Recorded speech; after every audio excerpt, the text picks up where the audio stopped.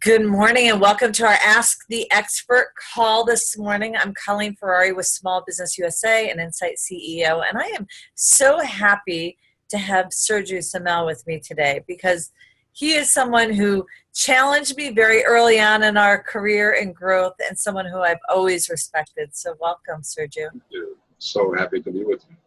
So why don't we start off by tell people why you're worthy to talk about this affliction of people business.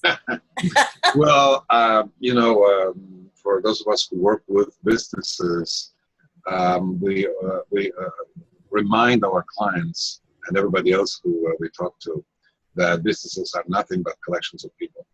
So, and that explains almost everything. Sure, there you have to have a good product or service. Sure, you have to have a market, et cetera, and all the assets and whatever else you need. But at the end of the day, people are really the core part of any business. So I actually work with leadership teams of small to medium-sized businesses, the kind of businesses that you talk to, Colleen, every day and every night. And I help them actually get more out of their business by implementing a business operating system, a set of tools and processes to actually operate the business well.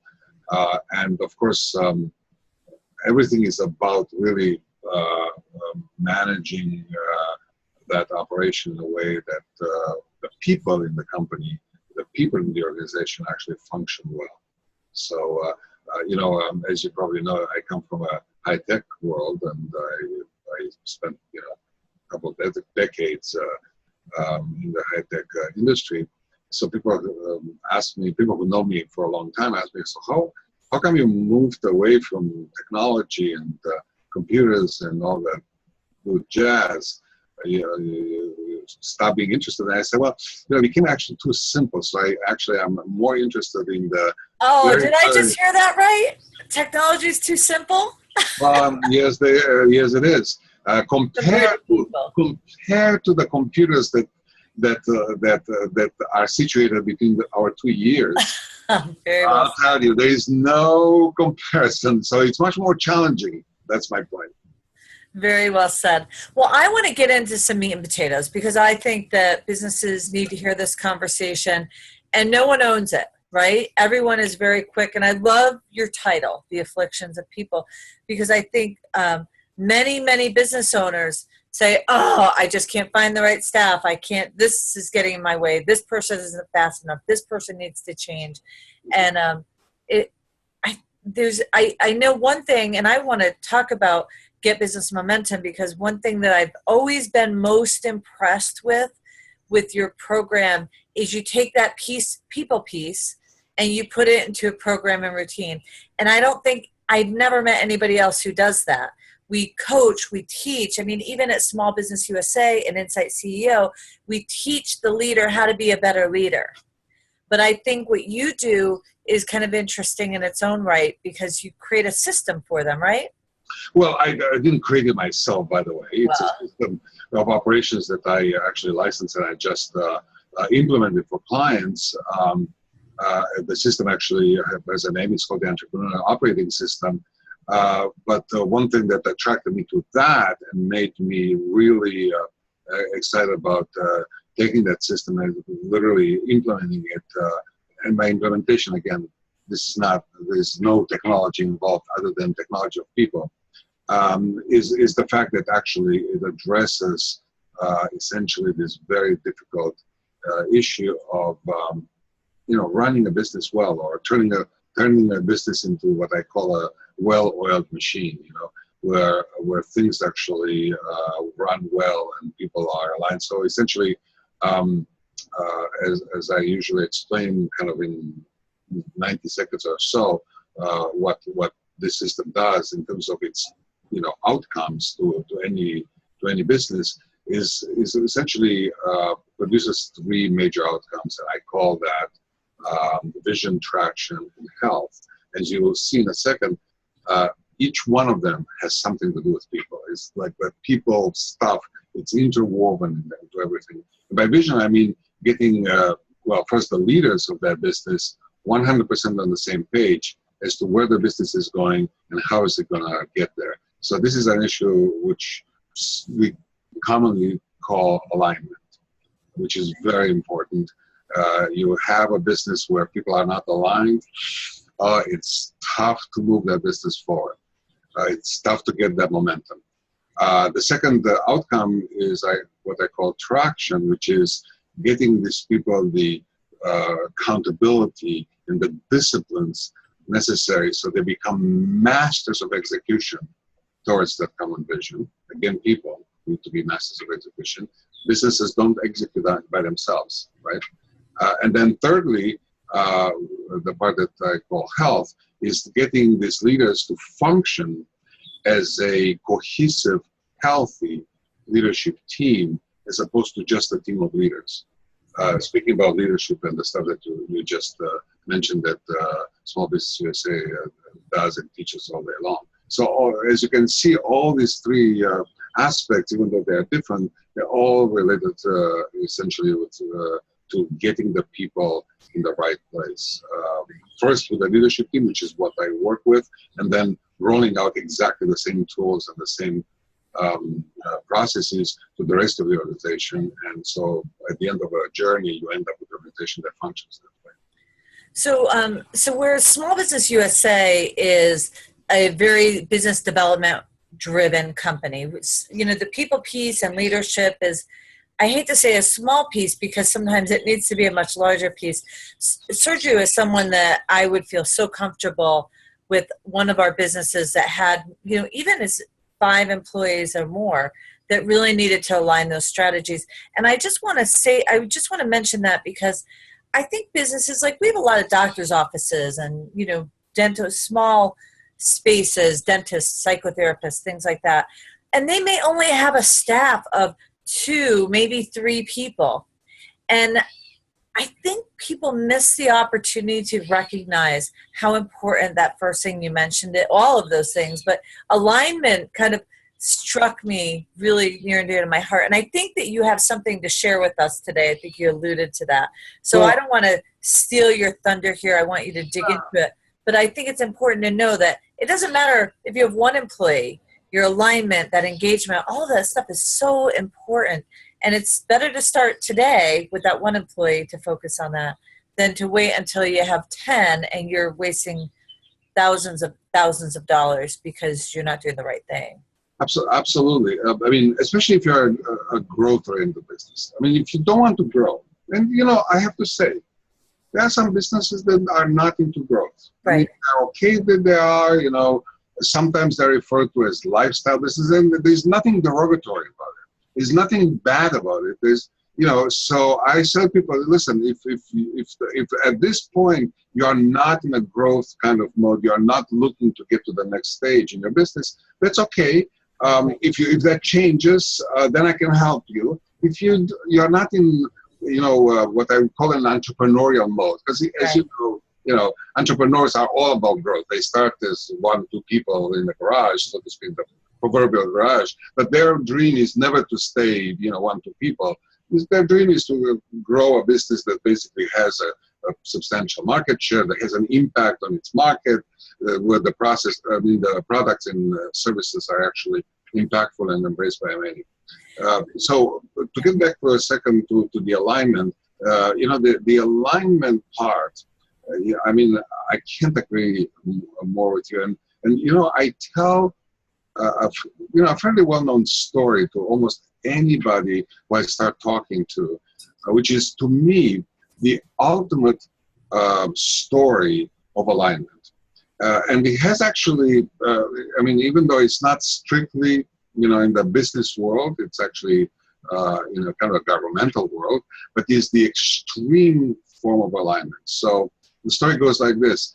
As we know, in 1961, so I have to go all the way back about 50 years ago, JFK, and of course I'm in Massachusetts, so, in fact, I'm about 2.5 miles away from the house where, Jack Kennedy was born, in Brookline.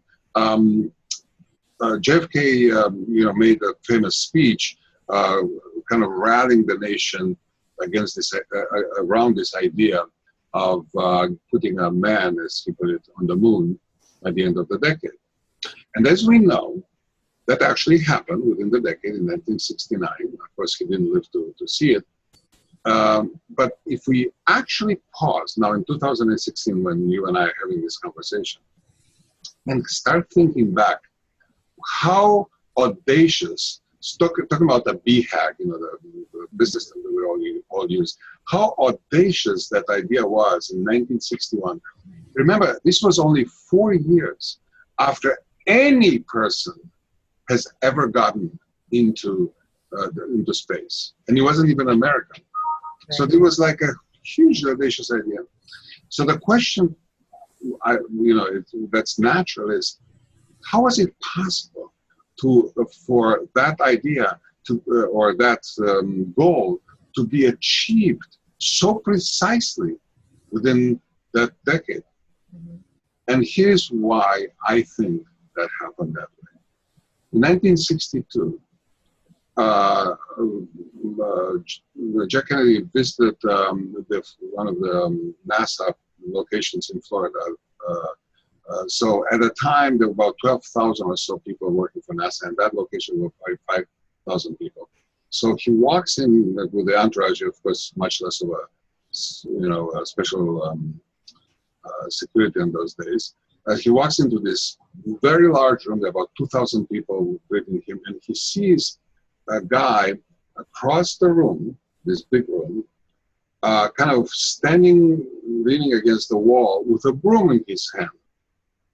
So if anybody knows anything about Jack Kennedy, no matter what your politics are, he was a very, very people-oriented person. So he kind of goes straight to that guy and shakes his hands, introducing himself. Hi, I'm Jack Kennedy, the President of the United States. What's your name? The guy says his name.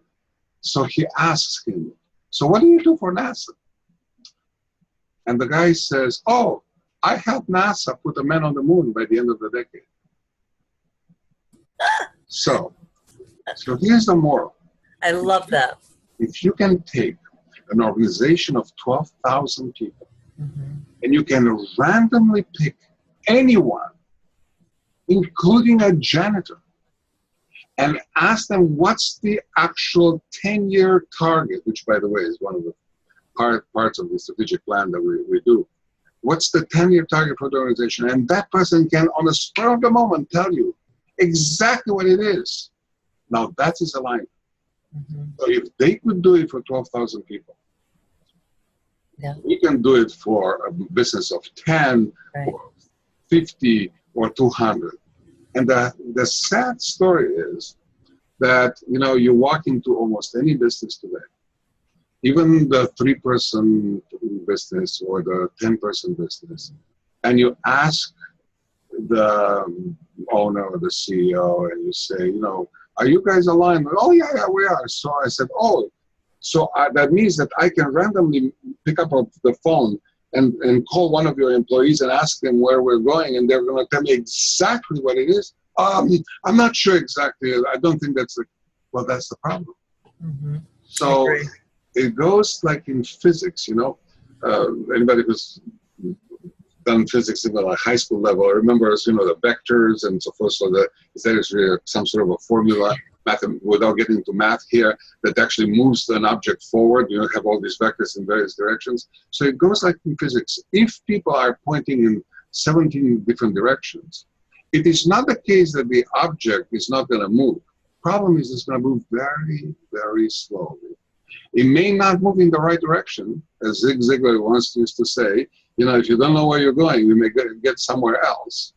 And it may move actually backwards. Right. So the way to actually increase momentum, and that's why literally the word momentum is in the name of my business, the way to increase momentum so you can actually break through that ceiling and get to the next floor, which is what every growing business wants to get to, is to increase that momentum. And you do that by aligning people, maybe everybody actually starting to converge into the same direction. Mm-hmm. And that is done, by the way, in a very, very, traditional way. You have to teach them where you're going. Right. That's the trick. And the teaching is not by giving them a 97-page strategic plan to read, because nobody can actually internalize or even understand a 97-page strategic plan. The trick is to give them a one-page business plan, strategic plan. And that's basically one of the things that we do, that I do with my clients as they go through the US process. I love that. I want to share one real life story. I was sitting in the waiting room of one of my members and happened to be a chiropractor. And her mission, where she was going, she wasn't putting a man on the moon, right? But she was trying to create maintenance routines for her clients so they were never in pain. Mm-hmm. So, and that consisted of 4 different elements. But that was her mission. She wanted to create maintenance, an environment of maintenance so her patients were never, ever in pain. And so I came in for my appointment. I was sitting down. I sat down in the waiting room, and they didn't know I was a consultant, that I was in business development. They just knew that I had a meeting with her. And so sure enough, there's one person at the front desk, and she greets her clients, and I'm watching her greet clients and watching clients leave and exit. And it was really astounding because she didn't understand that mission. I watched her lose easily $1,000 in the 15 minutes that I waited in that waiting room. And it's because she didn't understand where her boss was trying to go. And this was an office of 3 people, 1 doctor and 3 people. And I think you take that. And she was so frustrated. When I went in there, she said, my team isn't doing this. I've asked them so many times to do this. They didn't get it. They didn't get the mission, the man on the moon alignment. And it was your story is so powerful because it totally brings me back to sitting in that waiting room for 15 minutes. And that's what I do. I count dollars. I've done it for 25 years. I'm not going to stop now. I count lost dollars and figure out how to bring them back into a business, right? Absolutely. Well, revenue, in spite of whatever other people may say, it's still a king or queen. It allows you the ability to do so many other things. And I do think when you're following your passion, you don't want to lose money. And too often you hear people losing money as they're trying to build their passion and go after it. And it really is, if you want to live your dream has to pay the bills too. So. And that actually brings us, speaking about the 3-person business or the 10-person business and so forth, brings me to so in order to actually achieve that alignment easily, aside from the fact that you need to actually teach it, but you have to also have the organization structured properly. This is another thing that we do with our clients a lot. Structuring the organization in a way where clarity of function is supreme, so that accountability can be actually achieved, is something that, in fact, is one of the first things when I start an engagement with a new client, one of the very first things that we do. And like I said, I work with the whole leadership team, and there are these day-long sessions that we go through. So one of the very first things is that we design the right structure for the business. And speaking about... I love that. So important growing companies because they happen on a structure as they grow. And they do need that reset. Well, number one. And number two, the other thing that actually happens is, and it's a little bit unfortunate, it's actually quite unfortunate, I should say, I take that back, is that most entrepreneurs, business owners, structure the organization around people as opposed to putting people into structure. And this is because, you start with people when you don't have, your mind is not into structure. You have 1, 2, 3 people and you start adding people, whatever. Oh yeah, he's good at this. Oh yeah, that's, she's good at that, blah, blah, blah. So you kind of get a little bit of an unstructured, group of people. So now all of a sudden you find yourself with 15 people and it's unmanageable and nobody is actually accountable for anything. So, there are these rules of thumb that say that there are certain kinds of, organizational sizes where, a total reset, to use your word, a total push on the reset button needs to happen so that you need to restructure the business, organizationally speaking, so that you can bring that to the next level. So those kinds of numbers are, when you get to 10 people, that's one level. 30 people is another level. I'm saying, plus or minus. 100 people is another level. 300 people. So this is actually all based on experience. There is no, mathematics here. It's basically that we've just experienced that over the course of the last 200, 300, 400 years of managing organizations. So the point is that wherever the level you are at, you need to actually think about the structure functionally. In other words, one of the principles of EOS is that we structure organizations function first and then people next. So first to create a structure that makes sense for the next stage from a function perspective. So you ask yourselves, what kind of functions does the organization have to fulfill? And we start with a generic structure. And the generic structure is very simple. It's based on the, let's say, belief or the, evidence that every single business in the world, doesn't matter whether it's a one-person business, a 10-person business, or a 15,000 person business like NASA in those days, or a 200,000 business like the Pentagon. Every business has fundamentally three major functions. You need to first create demand and bring business in, and that's called marketing and sales. You need to develop and deliver your products and services. That's called operations. And the words, you can argue about the words, but we just use. And you need. I won't argue. Yeah, no, not you, but people I know. call it various ways. And you need to manage resources, primarily money, and that's called finance, right?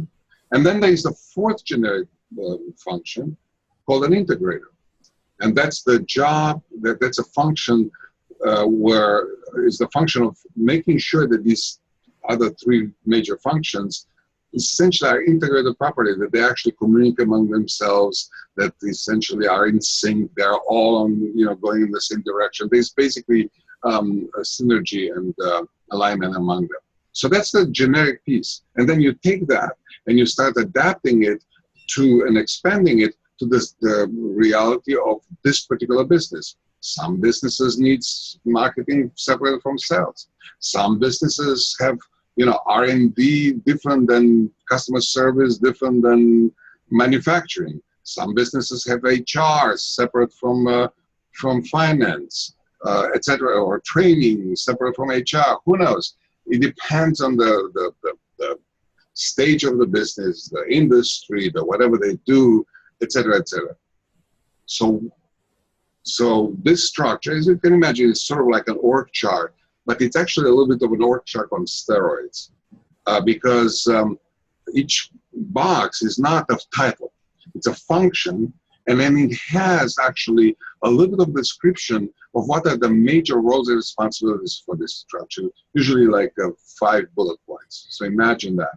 So you have a function, you have about 5 bullet points that describe the function, and this whole thing, it's called an accountability chart, just to differentiate it from a regular org chart, because really it defines the accountability that has to exist for each one of these functions. So it's it's a tree like any org chart. So you have a function, you have sub-functions, etc.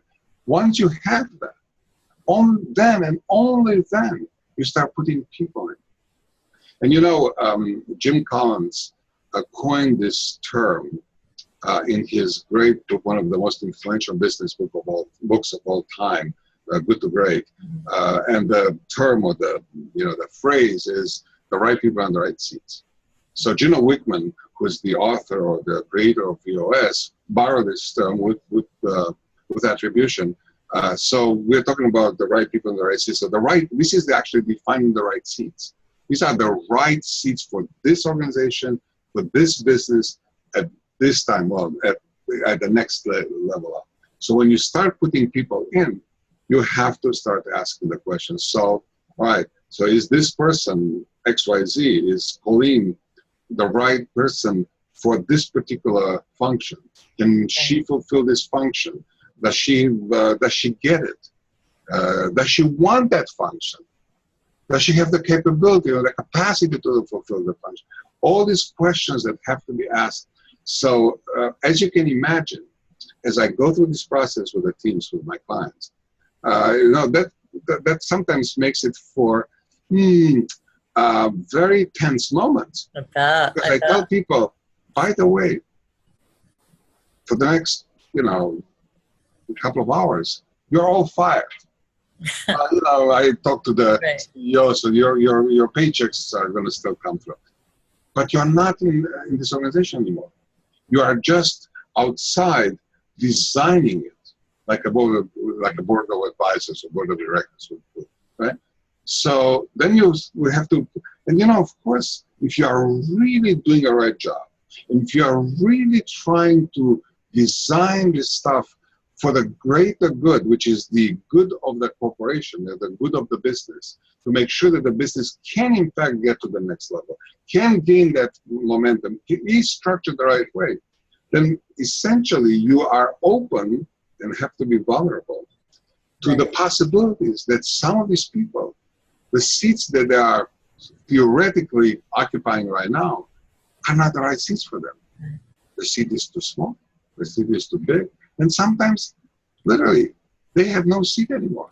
Right. Because they just outgrew the stage of the business. So the question is, what do you do?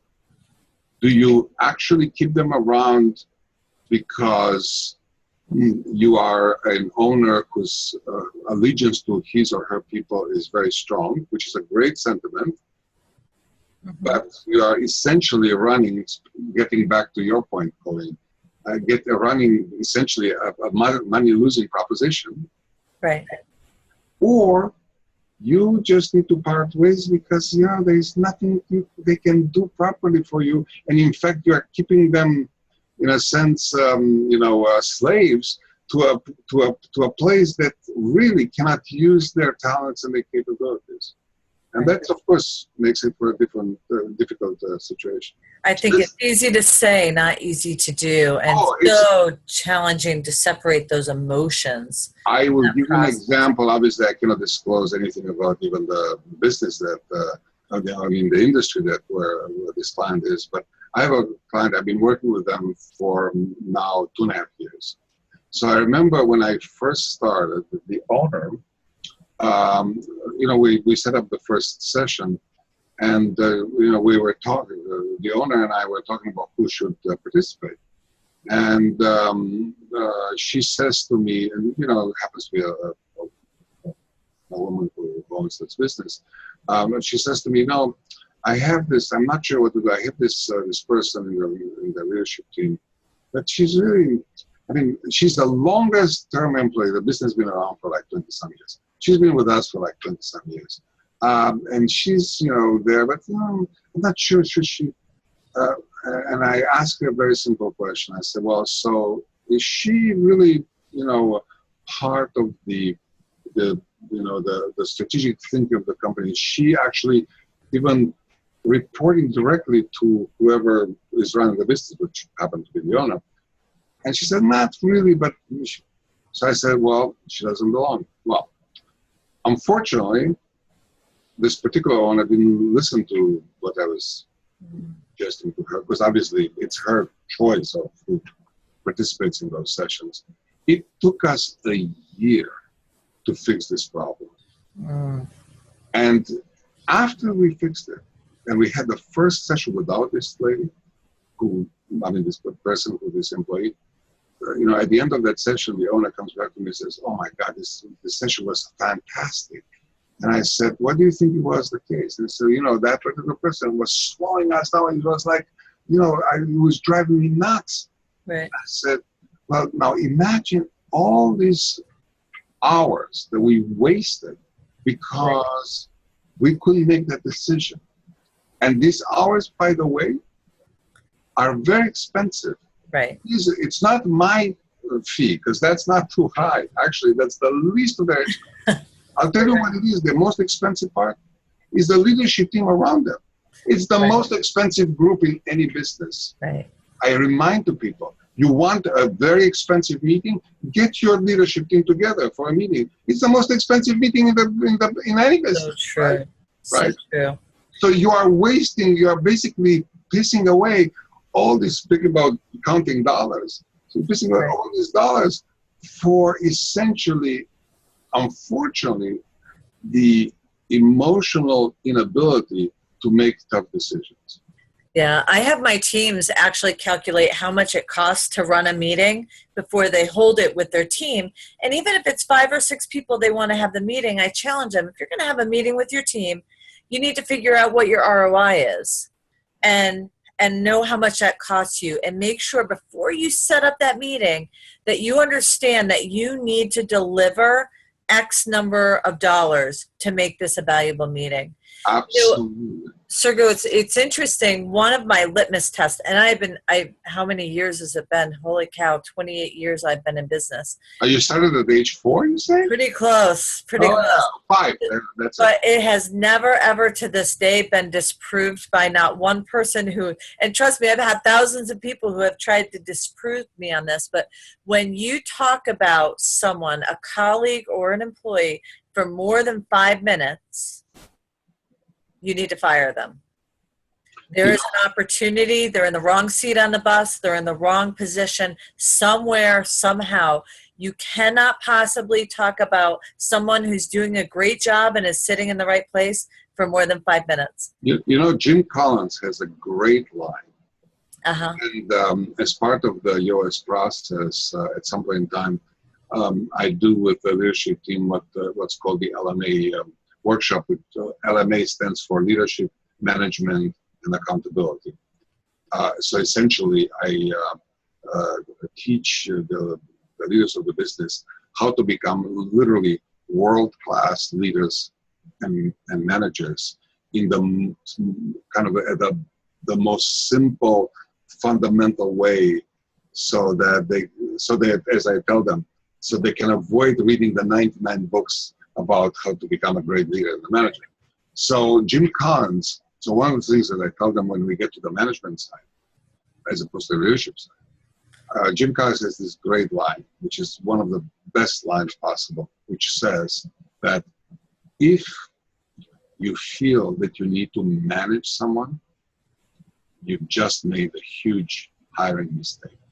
Oh, good. I love it. I don't remember that from that book, and I think I've read that book twice. I don't even remember where it is from. Yeah, I love that. If you think you need to manage someone, you've just made a huge hiring mistake. Absolutely. I absolutely love that. Let me ask a couple questions on this front. I think the biggest challenge is knowing when they need to do this exercise as a business owner.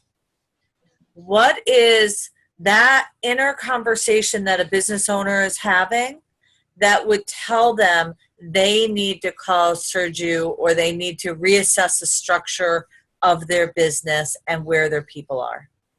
Well, so since I work with the leadership team, right. And I generally work with businesses who are roughly somewhere between 10 to 500 people in size. Mm-hmm. Typically, businesses that cross the 10 people, 30 people, whatever, thresholds need to start thinking about, restructuring themselves. But based on if the question is when they need to actually implement a system of operations, an operating system for the business, which includes that part, by the way.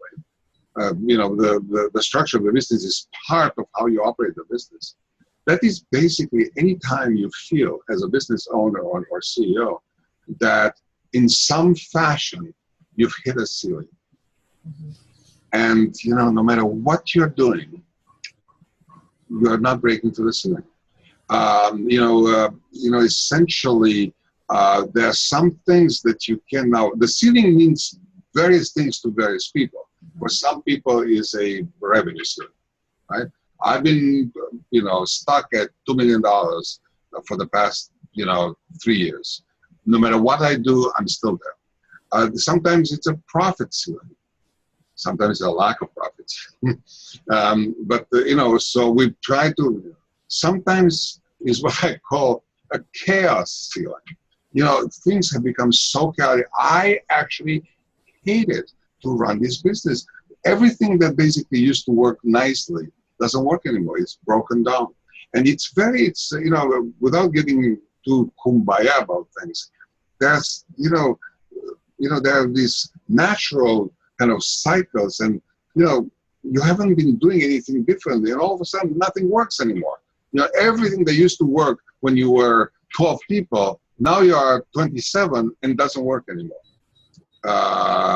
So that's another ceiling that has to do with literally chaos and so forth. You've tried everything and it doesn't work. So it is literally from an owner or a CEO perspective, is there are objective measures, meaning, profit, revenue, stuff like that. But there are also subjective measures that have to do with, this is just too hard. It's the fun is not there anymore. We are pushing, the Sisyphus rock up the hill, every day. And seems, we are pushing it one level up during the day and it rolls back down, overnight. So we're back at the same thing next morning. It just doesn't feel quite right. So what do you think is the biggest mistake that you see CEOs making when they try to go through this process? And maybe by themselves or separately, but what do you think is the biggest mistake?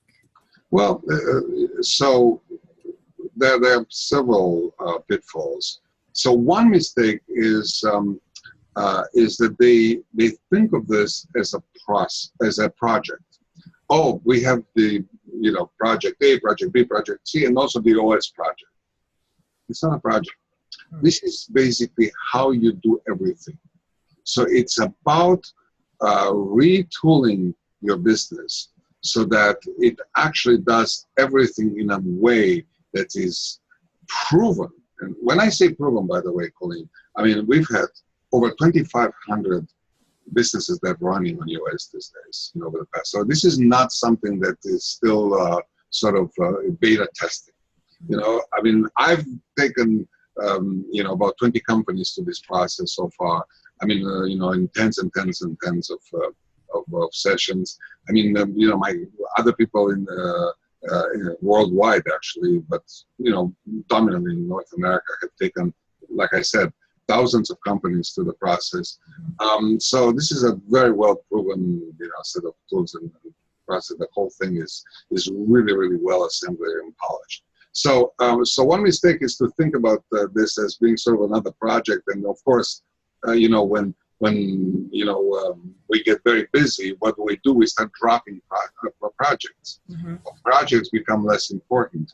So I said to them, listen, if you are not committed to actually retool your company and start doing everything in this fashion, in an orderly way, then basically I don't think you're ready for this. So people may sometimes get surprised when I talk to them because I'm actually trying to convince them not to sign up. And I'm doing it sincerely because, from my perspective, it's actually very painful to work with anybody who's really not committed to really get their purposes. I mean, they say they are. So that's one thing. But there's a couple of other things that people also, there are also pitfalls. Another one is a very difficult one, which is, so one of my favorite lines, top 3 expressions in the world. goes like this. Nothing changes if nothing changes. Mm-hmm. So, it sounds cute and it sounds, whatever. No, it's like goes to Einstein's theory, right? Nothing changes. So I say to her, listen, if you think that the results are going to be different, but you don't have to change stuff that's actually hard to change, that requires actually sometimes emotionally horrible things to go through, I'm telling you, you are in for a surprise because it's not going to change. Right. You do need to, and I can't predict upfront what they need to change because, people are in various ways and various, right. they've gone through various backgrounds. There are no, no two companies are the same. We are talking about, Snowflake. There's a universal structure. That's true. But every single case is different, which is why people engage people like me, because they can't just go and read a book and know what to do, So many people try to, but I also think they need you to be able to have that 3,000 or 5,000 foot view. You get, I don't care who you are in the largest companies. I have worked with CEOs of multi-million. Our largest company was Small Business USA, and InsightCEO does about 12 million annually. Mm-hmm. But I have worked with businesses that do 2 billion annually, and that CEO is still too close to the situation. Absolutely. You need somebody who's going to be on the outside challenging. Various people have various experiences in life, but one thing I tell people is like, listen, the best therapists in the world go to other therapists to get therapy. So true. I have not heard of any therapist being able yet to perform therapy on him or herself. True. It's impossible. And the reason it's impossible is that you can't really, unless you suffer from that mental defect or disease, which is sad and it's real, unless you're in that category, you really have to be schizophrenic. And I'm using the word gently and respectfully, but and obviously metaphorically here. You've got to be schizophrenic, and you can't, unless you are sick. You can't actually be that way. You can't be both inside and outside simultaneously, because you need. And the other thing is very practical. Right. And I say to them, I say, listen, are you busy, Mr. or Mrs. CEO? Everybody says, are you kidding me? I'm like going nuts. He says, well, so what would you like to spend the time? Learning how to implement a system of operations, the stuff that basically I've been spending the last 3.5 years doing.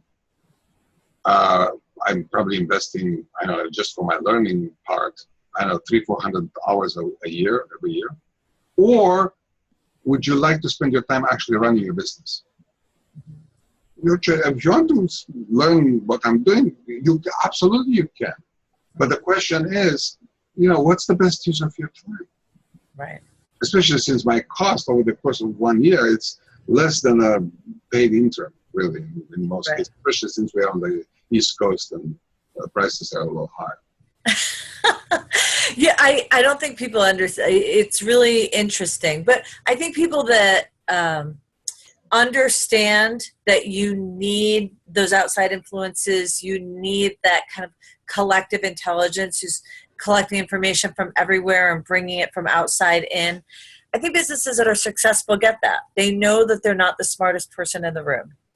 It's about having somebody. That's what explains that smart business owners and CEOs, have several coaches. They go and join a business like yours in your size, range, or if they're larger, they go and join a place like Vistage or others, or OEO or whatever they do, so that they have a community of people of their like that they actually can interact with as well. So that's one. They may have an individual coach, executive coach, personally, that can guide them as an individual, and then they need basically a team, organizational coach that basically can help them really operate the business in a way that actually restores this sanity and this simplicity of operations. Agree. What I like about you, is that you go in and dig and peel back the onion, and I think that's sometimes you need to see people. I'll never forget my dad. No matter where I worked, no matter how big my organization that reported to me, my dad showed up. I could have been in Chicago and DC, but my dad flew out there and he stood next to me in every environment that I've ever worked for. Nice. And I will tell you, when you look at your team, even through your father's eyes or a consultant's eyes, they look different. I promise you, that person that you love, that you are so loyal to as an employer, looks completely different when Sergiu is standing next to you, and you ask yourself, why didn't I see that before this split moment? And I think people really need to do that exercise. Sergiu, I want to wrap up the conversation, and I feel like you're missing a part. So I want to give you the opportunity to kind of wrap up this learning, because it's been so valuable for business owners and for myself. All right. So let's see. Well, there are many parts I have to. Well, I know it's really rich, but you brought 3 points in the beginning, and I just really want to kind of talk about the third one. Sure. The team health part. Yeah. Well, that's an interesting one. So there is, first of all, accountability within the team. And, interestingly enough, accountability is not something that you actually hold or do. Accountability is actually a byproduct.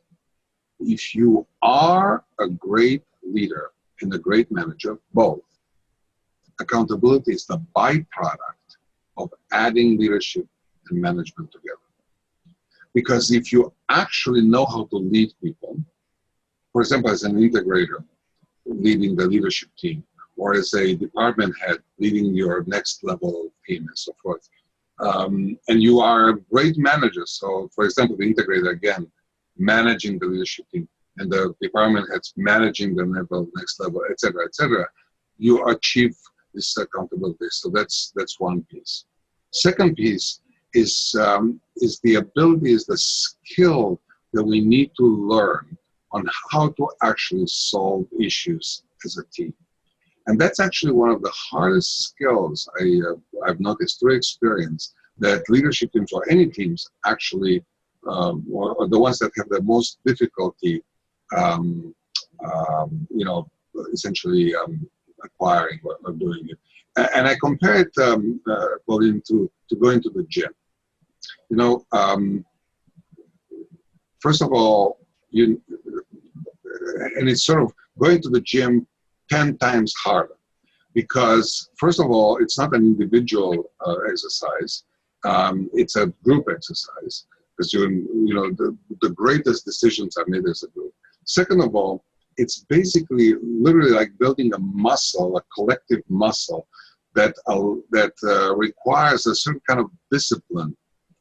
For example, the discipline of allowing everybody in the team to actually say their piece about whatever the issue is that needs to be resolved, so that without actually having the fear of being either ridiculed or attacked and so forth and so on. And I tell people, listen, you are all diverse. There are extroverts, there are introverts, there are this and that. There are all kinds of behavioral patterns that each one of you has. And by the way, we use psychometric tools to actually, make people aware exactly where we use. I use a tool called Colby for the cognitive part of it. I use a tool called Predictive Index, or PI, for the behavioral, effective part, and so forth. So all of this stuff comes into play, but there is a certain kind of discipline that the team has to acquire. And I have to say that, it takes quite a bit of practice to acquire the discipline. But once that discipline is acquired, and there's a technology that we use in team decision-making as part of the OS called IDS, I stands for identifying an issue, D stands for discussing it, and S standing for solving it. And so this technology, this process that I teach people fairly early on, is used as a method of actually, making decisions as a team. And the third part of that is to also remember that decisions or solving issues always has to be materialized as actions, as to-dos essentially, or action items. People, you bring an issue to a team of people. Typically what they do is that they talk and they discuss it and discuss and discuss and discuss and discuss it. They discuss it to death, and essentially then they're out of time, and they think they're making progress. And there is no progress. There is no progress until somebody has to do something as a result of that. Then we have now, sometimes the doing means basically maybe acquiring more and more information. We don't know. But having that mentality that ultimately what we are here is to solve issues and solve them once and for all, and solve them by actually going and changing something as a result of our process is actually very important. So there's a practice that actually gets taught, or I teach my clients early on, and I coach them over time on how to acquire it. So that's also part of that health of the team. And then there is ultimately, and you're familiar probably with Pat Lencioni's work with teams and dysfunctional teams, and we use actually Lencioni's material quite a bit. It's basically, to use his phraseology, the fundamental thing, the stuff that actually is at the bottom of this kind of functional pyramid or triangle that he puts out, is really trust. And building trust is not something that happens on a second. It's actually a process that and that's why I tell my clients or my prospects, I'm going to take you on a journey. And it is a journey. You can't, if you expect things to actually change Monday afternoon, something, I'm not your guy. Yeah. I don't know where to send you to. My opinion is that your expectations are not realistic, but I'm not going to be able to help you. But if you are willing to actually get into this journey and implement these things once at a time. So to conclude this, my longish answer is that I'm not in the sprint business. I live in Boston. I actually live in the city of Boston. I am in the marathon business. Right. And I love that. I love that because too many people try to flip that switch. Sergiu, thank you so much. So much. Tell me about your business. Before we leave, what are you most proud of, Sergiu? Tell me about an example, a business example. I know you're proud of your daughters and your grandson, but tell me about what are you most proud of from a business? I am, two things, which is actually just one, which is basically watching these teams evolve as I work with them, and having the owner or actually sometimes multiple people in the business call me or text me, because they all have access to my cell phone. That's how I actually communicate best with my clients. Have direct access to me for questions and so forth, and telling me, this thing happened today, and boy, it wouldn't have happened without your work. But even without their actually explicit recognition, it's primarily just watching them. I mean, I have teams I'm working with now for 2.5 years, and these are not the same people I met 2 years ago. Not even close. As a group, and even at the individual level, but as a group, nowhere near. It's a totally different atmosphere. That's totally different way of doing business. I have a client actually on the West Coast that where the owner keeps telling me that basically, this is the best example of something that has totally transformed the nature of her business. This was a business that was, essentially plateaued at $1.5 million for about, I don't know, 7 or 8 years prior to us starting to work together about a year ago. And this year is the first time that they broke $2 million in revenue in years. I mean, they've never been there, and they didn't even expect to have such a massive growth. So, but the measurables are great, and the revenues are great, or profits and so forth. But at the end of the story, it's also the kind of happiness level of people who can actually work in a way that is effective, that is efficient, that can get things done, that seems actually kind of fluid and easy, as opposed to the constant firefighting. I have all the utmost respect for firefighters, but boy, being in a firefighting mode in businesses is not something that I would recommend to anybody. That's not a good way to run a business or participate in a business for that matter. So many people don't realize they're there, Sergiu. I really believe that. Oh, so many people don't realize they're firefighting. Absolutely. When someone like you comes in, or we go in and they join a board, and all of a sudden their eyes are open to what could happen, that's when they realize they're working. The classic, Colleen, you don't know what you don't know. It's so true. So true.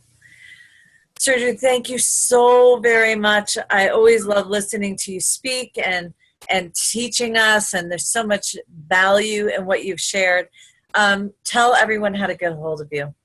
So you can call me. Unless you have not noticed, I love speaking, so I actually communicate with people best by voice or by video, actually. So the number is 617-731-3132. And by the way, I'm very passionate about this stuff, so I would answer the questions about it, even for people that I know that will never become my clients, because they're too early or not, whatever the case may be.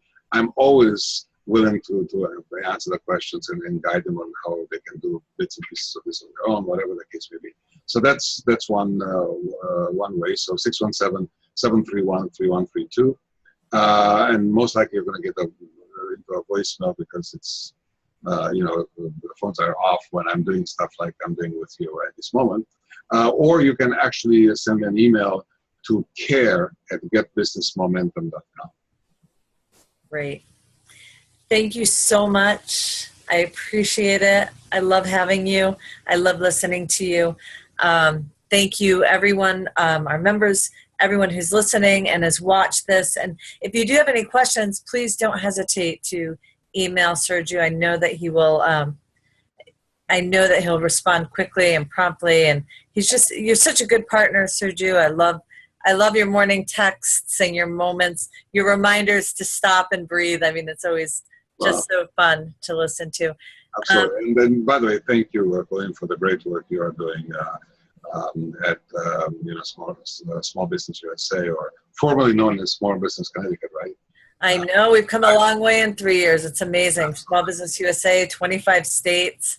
InsightCEO launched for our larger businesses who have outgrown us and aren't ready for a Vistage connection yet, but we're really happy and proud of what's been happening within the company. So thank you. And so you should. But it is funny, Sergiu, I remember, it was a little over 2 years ago. I was in the hospital with my mom. Both parents had cancer, and I was in the parking garage of the hospital going to visit my mother, and you kicked my ass in that parking lot, telling me, Colleen, I don't know what this is all about. And it was really interesting. And I thank God for people like you who are brave and honest enough.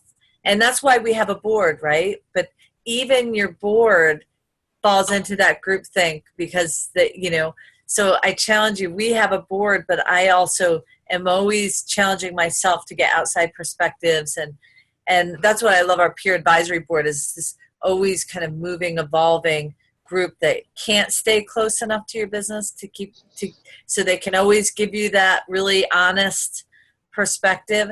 It's so valuable. And I remember sitting in the car that day talking to you, and how much it can change our focus and our communication, and how helpful it was. So I thank you. I thank you for being on the call. And if anyone has any questions, you can email me at info@smallbusinessus.com. I know we lost the A in our email address, smallbusinessus.com, or I'm at Colleen@smallbusinessus.com. If you I am so honored to have you, Sergiu, and I look forward to sharing this video with all of our members and a few select clients that I really think can really need to hear what you're saying. So thank you so much. You're very welcome, and thank you for having me. A great pleasure. Oh, enjoy your summer, and I'm sure that we will talk within the next few days or week or so. But as always, all right, take care. Bye-bye. Take care. Bye, everyone.